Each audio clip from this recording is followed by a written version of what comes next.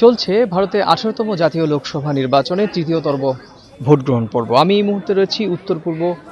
ভারতের অন্যতম গুরুত্বপূর্ণ রাজ্য আসাম এবং আসামের যে 14টি লোকসভা আছে তার মধ্যে বৃহত্তম জনসংখ্যা এবং ভোটারের লোকসভার আসন ধুবড়ির একটি গার্লস স্কুলে রয়েছে এবং এই গার্লস স্কুলটি নির্বাচন কমিশন সাজিয়েছে একটি আদর্শ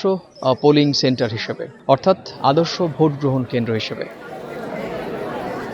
গণতান্ত্রিক অধিকার প্রয়োগ করার ক্ষেত্রে যে সমস্ত মৌলিক চাহিদাগুলো প্রয়োজন হয় সেই মৌলিক চাহিদাগুলো নিশ্চিত করার ব্যাপারেও কিন্তু ভারতের জাতীয় লোকসভা নির্বাচনে জাতীয় নির্বাচন কমিশন কিন্তু বদ্ধপরিকর। এবং এরকমই একটি দৃষ্টান্ত আমরা দেখেছি যে ধুবড়ির যে গার্লস স্কুলে যে আদর্শ ভোট দান কেন্দ্রে আমরা দেখেছি যে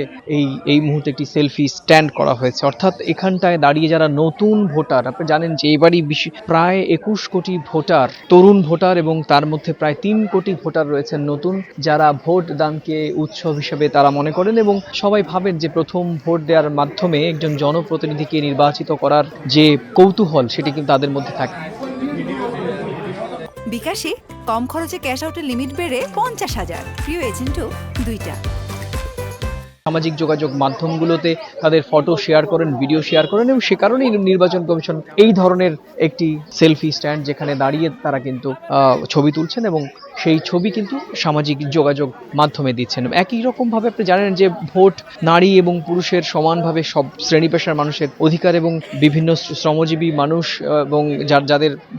সন্ততি রয়েছে তারাও আসেন এবং তাদের জন্য আমাদের এই আদর্শ যে ভোট গ্রহণ কেন্দ্র সেখানে কিন্তু এই চিলড্রেন পার্ক করা হয়েছে, খেলাধুলার সরঞ্জামও রাখা হয়েছে। কারণ যে সমস্ত মা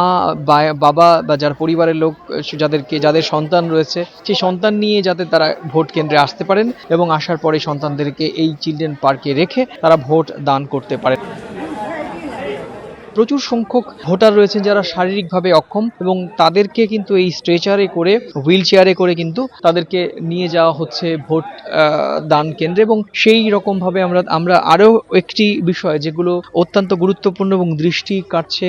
যে সমস্ত প্রসূতি মায়েরা যারা সদ্য মা হয়েছেন সেই সমস্ত মায়েদের জন্য এই যে দোলনা আমরা দেখেছি যেখানে যে বেবি রুম, বাচ্চাদের যারা একদম মানে যে সমস্ত শিশুরা মায়ের কোলে থাকেন তাদের সেই শিশুদেরকে এখানে রেখে তারা ভোট দিতে যাচ্ছেন অনেক মায়েরা। এবং গোটা ব্যবস্থাপনা কিন্তু শুধুমাত্র ধুবড়িতেই, এই দৃশ্য শুধুমাত্র ধুবড়িতেই নয়, ভারতের জাতীয় নির্বাচন কমিশন এরকম জেলায় জেলায় এবং লোকসভা আসনের বিভিন্ন স্কুলে যে সমস্ত যাদের নির্বাচন কমিশনের ভাষায় আদর্শ ভোট কেন্দ্রে কিন্তু আমরা দেখেছি এই আদর্শ ভোট কেন্দ্রগুলোতে এইরকম ভাবেই সাজানো হয়েছে এবং বিধানসভা আসনে ভোট নিয়েছে। গোল্ডেন A+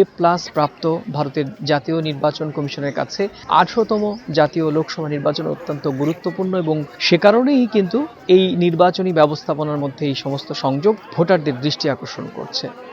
উত্তর পূর্ব ভারতের আসামের ধুবড়ির লোকসভা কেন্দ্র থেকে সুব্রত আচার্য, সময় সংবাদ।